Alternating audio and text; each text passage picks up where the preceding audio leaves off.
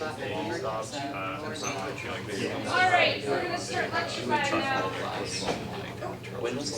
Did want to say, there's a number of people that, looking through your homework, it's apparent that you're not getting everything. And I haven't seen anyone in my office hours at all, ever. Okay, please come to my office hours. Midterm is next week. It's really hard. I mean, there's not much I can do when people do poorly on the midterm, and then they come to me after the fact and they're like, I really wish I'd come to your office hours more. I'm like, yes, I really wish you could come to my office hours more. So yeah. Is there an alternative option for people who commute very long to get here to office hours? Email is great. You know, just it's you got to give me a little bit of lead time so that I can have a chance to respond. So like I do actually, I am on site. Yeah, that does work. And I am around usually on Mondays. Sometimes I'm not, but I've been around on Mondays. So if Mondays work better for you, you can always stop by. If I'm in my office, please stop by. Please bother me. You know, if I'm talking to another student, just knock and be like, hey, I want to talk to you, and I will, because I want you guys to get this. And sometimes it really helps to just sit down one-on-one and work through things that I don't get the opportunity to do that as much in the classroom. So. Also, when we're doing the concept questions and you're finding out, oh, there's that equation, where did that go? And you're like hunting around. Those are the kinds of things you should be already making that one sheet of notes for the exam. Keep it handy when you're doing your homework, when we're doing these concept questions in class, when we're doing the worksheet in class. So you get used to using it, and you figure out what is it missing. What am I referencing all the time, and then what am I not referencing at all that I just don't need to have on this worksheet. That builds that muscle memory in your brain. Where that worksheet is your resource. So when there's the test, you're used to using it. Okay, enough mommy of you guys. All right, forces. There's many ways that forces will manifest themselves, and we're going to go through a number of them today. Typically, we use the symbol capital F. Sometimes we use the symbol lowercase f. Sometimes we use a different symbol completely, and we'll talk about those cases. Force is, well, I can just put the equation up here. It's like this is the universe, right? If there's one equation of the universe, it's not E equals mc squared, the one that everyone's heard of. It's F equals ma. This is just like, if you want to get a physics equation tattooed on you, F equals ma, right? So if you examine this, you can see the units for mass, kilograms, the units from acceleration, meters per second squared. So kilograms times meters per second squared gives us a Newton. That's our new unit, is a Newton. You don't have to say it like that, Newton. Newton. All right, so some examples we see here are contact forces. You can push something, you can pull something. This is a tension force when you're pulling on it with a string. If something is sitting on a surface, the surface is pushing on it. Otherwise, if it's butter, it would go through the surface, but it's not, it's hard surface. So the surface is pushing up on you. We call that a normal force. Even when the surface is tilted, it's still pushing up on you at a 90-degree angle. These are all contact forces. The force is being directly applied to the object. And in this course, 221, we're only ever going to deal with contact forces. When we get to 222, the very first thing we're going to look at is gravitation. Gravitation acts at a distance. So when I jump up in the air, it still works, right? The force of gravity is pulling me back to Earth, even though I'm no longer connected to the Earth, which is great, because then it would suck every time you jumped in the air. You just, oh, come on. What's another example of a non-contact force, or a force that acts at a distance? Electromagnetism. Perfect. And we're going to do that in 222 as well. So gravitation, electromagnetism, and then a couple more forces that we don't do at all, strong force and weak nuclear force. Yeah, those have such a minute effect on a very small portion of existence that it doesn't even come up in the introductory physics sequence. So this term we're doing contact forces, next term we do electromagnetic forces and gravitation. Okay, here's a new word for you. I love it. Superposition. Superposition. Isn't that a badass word right there? It sounds so cool and it's really not that scary. Basically just means if there's a bunch of forces acting or a bunch of anything acting, if there's a superposition, then you just add them up. So when we're talking about superposition of forces, you just add up all the forces. So if you and your buddy are both pushing this, say your buddy is pushing the box from the back and you've got a rope attached to the front and you're pulling the box, you're both applying a force. Okay, so there's one person's force, there's the other person's force. If you do superposition, you add up those vectors. We're adding vectors. That means you can't just say this is 10 and this is 10, so this must be 20. That's not how we add vectors. Remember, components, we have to add the components. Then your resultant force is the superposition of those two forces. So to break that down very explicitly, here's your box, here's force number 1, here's force number 2. Force number 2 is at an angle of theta. I better break it up into components. So there's F2x and F2y. And then F1x, or sorry, F1 is already in the x direction. It has no y component. So if I'm going to sum my forces, sum of forces, superposition of forces, same thing. What I'm actually doing is I'm summing the x components and I'm summing the y components. So in the x direction, oh yeah, symbol, sigma means sum. You guys remember that from math? Okay, so summing forces. I just add them up. So in the x direction, I've got two forces. I have F1, and it's a vector, and I have the component F2x. And we remember our component form, so F2x could be written as F2 cosine theta. And then in the y direction, there is no component of F1 because it's all in the x direction. We only have one force in the y direction, and that's F2y. And we can rewrite F2y as F2 sine theta. So if you want to know that resultant force, what is it? First thing you have to do is you have to solve for the x component. This would be the resultant forces of this component. Solve for the sum of the forces in the y direction. That would be the resultant forces y component. And so then to find my resultant force, I can find the magnitude,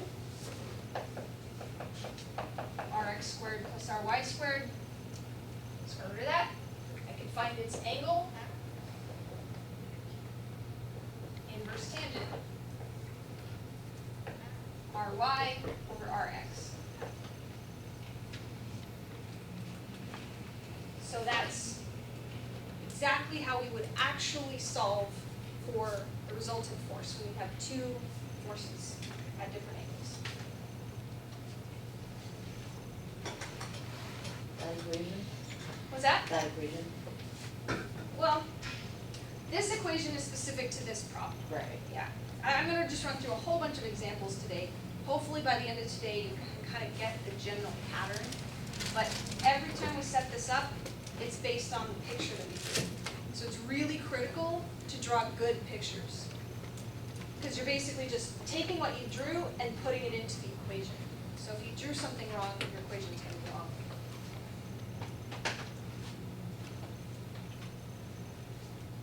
Okay, Newton's laws of motion. The first law, an object in motion stays in motion. An object at rest stays at rest unless acted upon by a force or an outside force.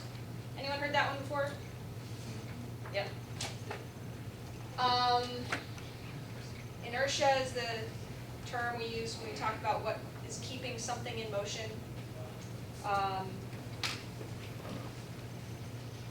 If you were, okay, if you're Sandra Bullock floating in space and you got hit with space debris and just went spiraling off into space, and there's no George Clooney to come and rescue you. You're just gonna go forever and ever and ever until you die of dehydration or starvation or Oxygen. hypothermia, whatever it is. You're just gonna keep going, and then your dead body's gonna keep going. You're just gonna go forever. Isn't it fantastic? That's inertia for you. Wouldn't that be a much better ending to gravity? Because that movie sucked. Okay. Bye. Okay. Sorry. Okay. Why that happens? Why does that not happen here on Earth? Let's say when you're playing soccer and you kick the ball, it goes for a while and then it rolls to a stop. Why? Friction. Yeah, so friction is a force that's opposing motion. We're going to get to friction. Okay, blah, blah, blah. Equilibrium. All right, equilibrium are your favorite problems ever. Ever. Why? Because the sum of the forces equals 0. There's two states of equilibrium. You can have static equilibrium, which is this object is sitting here. Calculate the forces on it. Okay, the sum of the forces equals 0, so that's easy.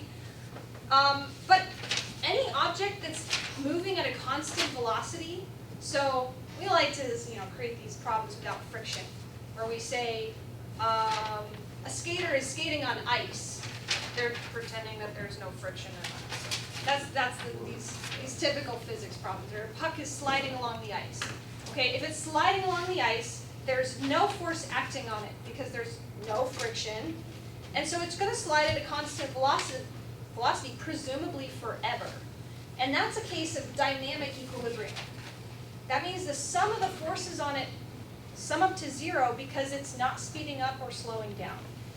This is what's telling you that. If it's not speeding up or slowing down, then the acceleration is 0. So if the acceleration is 0, then the force has to be 0. So that's the state if you have dynamic equilibrium.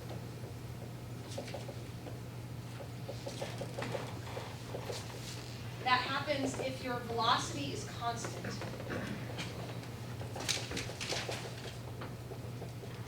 Because that implies, ergo, acceleration equals 0.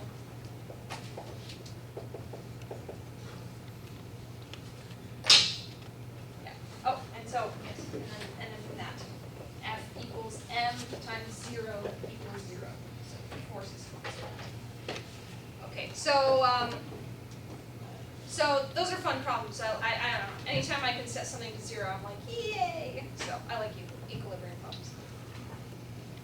All right, Newton's second law. F equals ma. Okay, moving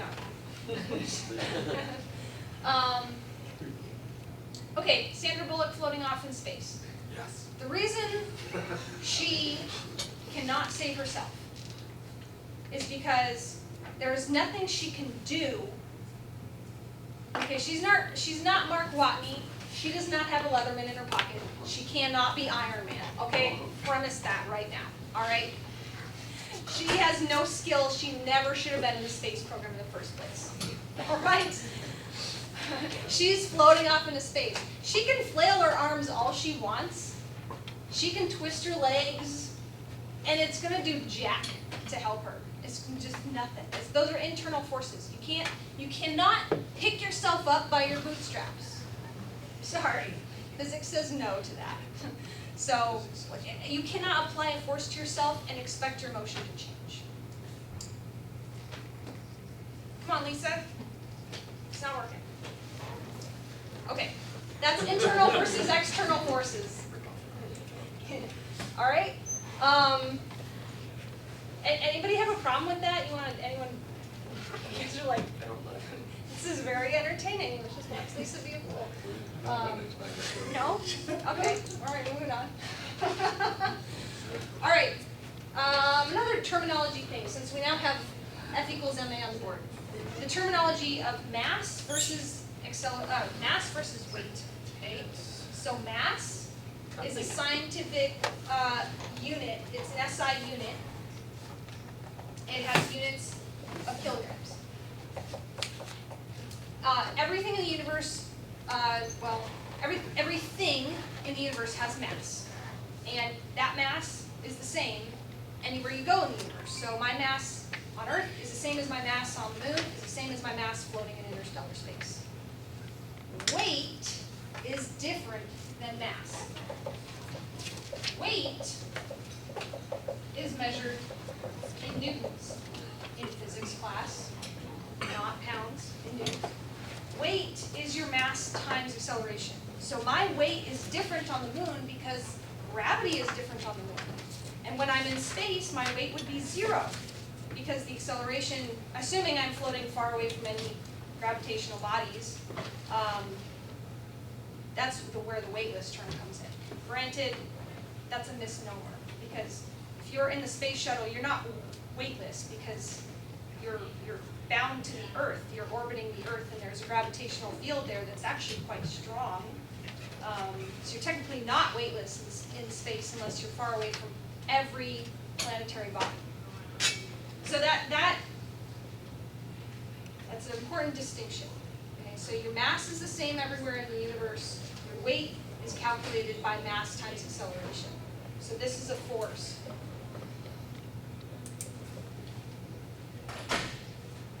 Any questions about that? How do they calculate mass?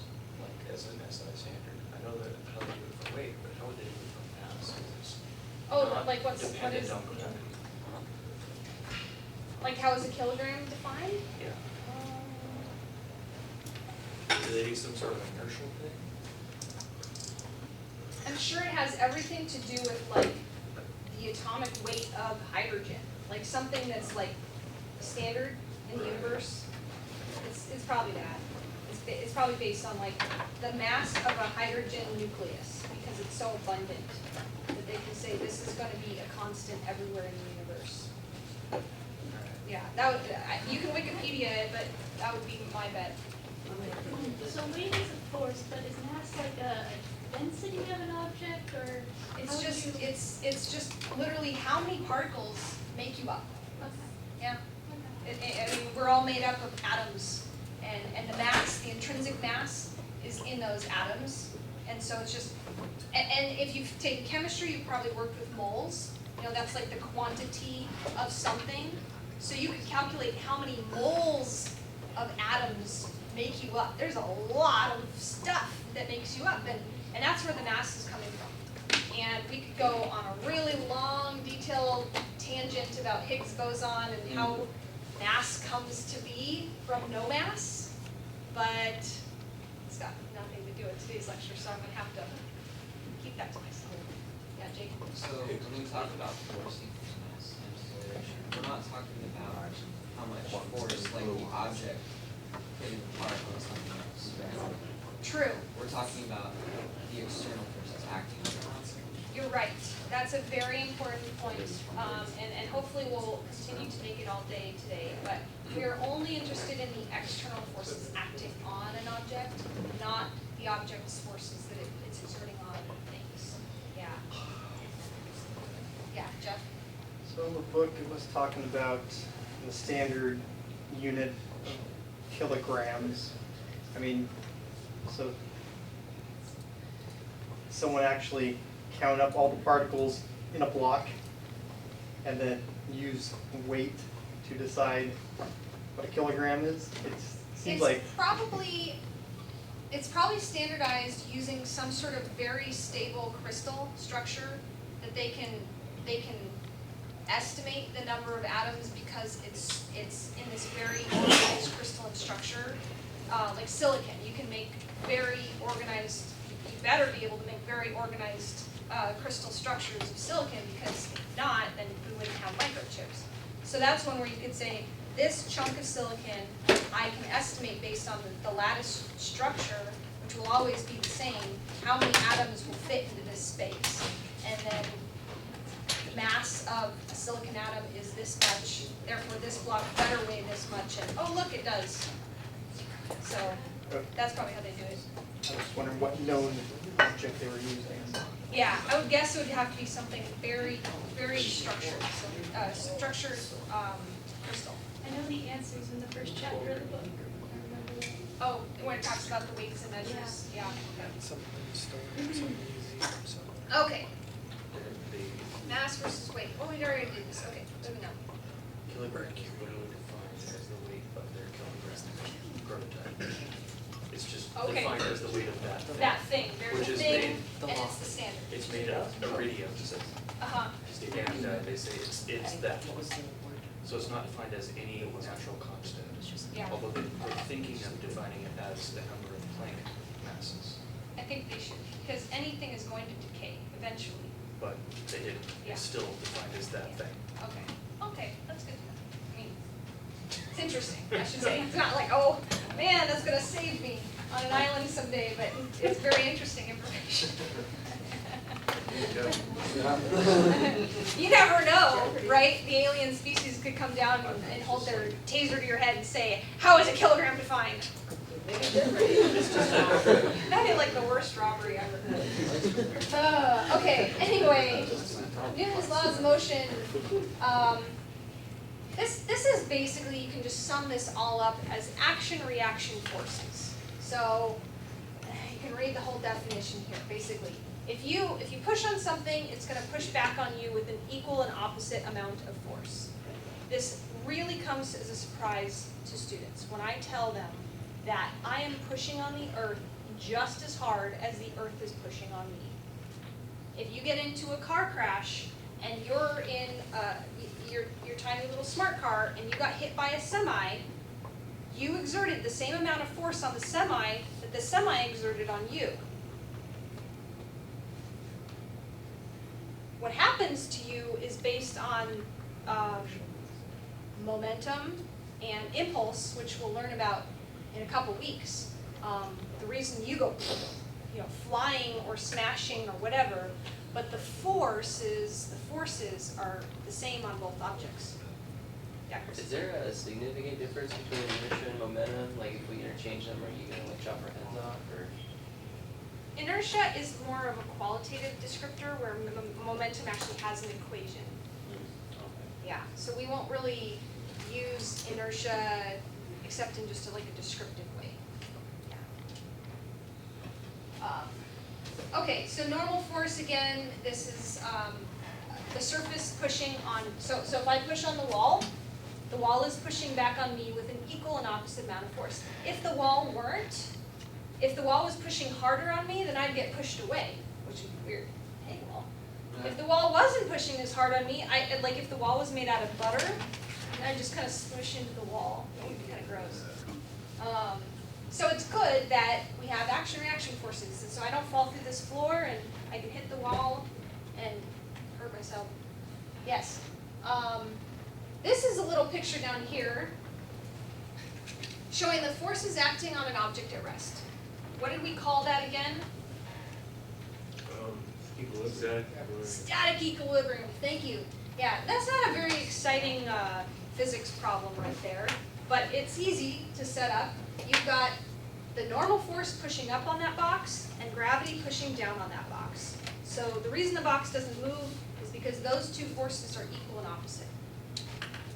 Gravity is something you can calculate easy enough. The force of gravity is just mass times gravity. And then because you know that the normal force is equal and opposite to it, you can calculate the normal force just by saying those two forces must be equal and opposite by Newton's third law.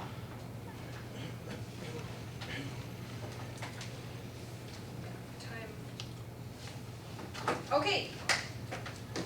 The next kind of force we're gonna encounter is tension. This is just if you've got a rope attached to something, the rope exerts force. The important thing is that we are making underlying assumptions, and the problems won't always say all these assumptions, but you need to assume that these assumptions are valid. So the rope is not stretching. Unless they say otherwise, the rope is massless. Just take it, just go with it. Come on, just go with it. So those are important things. So if it's non-stretching, then that force will be the same at every point along the rope, undiminished. So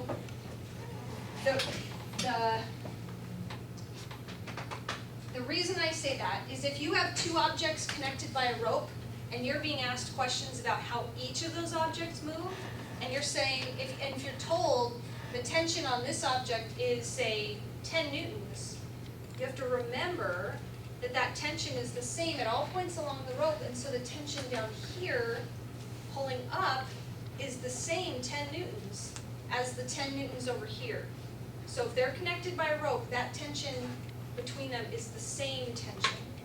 And then, we call it like a coupled body problem. You have distinct physics equations for each of these, but now they share a variable. They share that tension variable.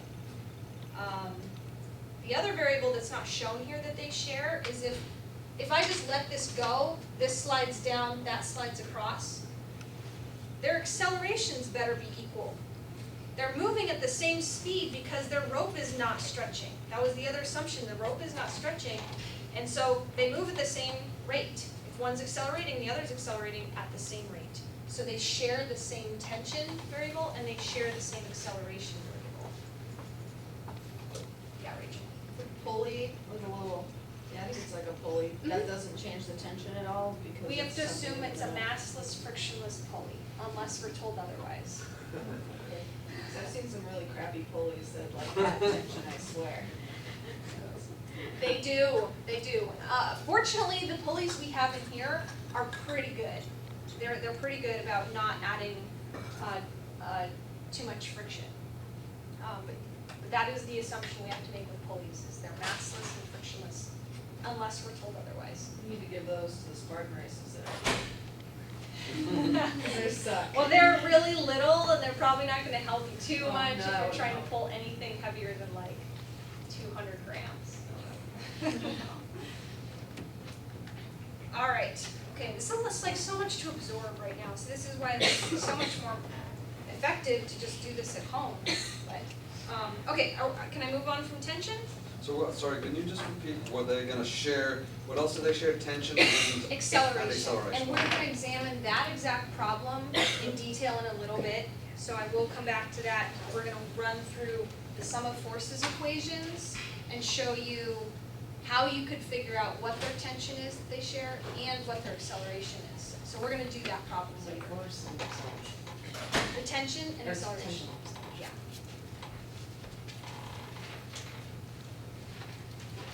Okay. Friction, static versus kinetic friction. So this graph I think is a good place to start. So when we have you got a really heavy box and you need to push this across the floor. So you start pushing and it's really heavy. So your first push doesn't move it and you have to push harder and harder and harder and harder. What's happening is that box is pushing back on you. As long as it's not moving, it's equal and opposite forces. So as harder you push, the harder it pushes on you. What's keeping it from moving is friction. So friction, static friction, where it's not moving, increases as you keep increasing your force. But you get to that point where your force is enough that it breaks those bonds between the surfaces that's keeping it from moving. So a surface, if you looked at it, like here's the box resting on the ground, but if you blew that up, you'd see that the box has a little bit of texture the carpet has a little bit of texture, and those little things sort of catch each other and create friction, and you have to break that bond in order for you to start sliding. So the static friction force has that less than or equal sign in it, because it's going to increase until the point where those forces, that bond breaks. And then it starts sliding, and you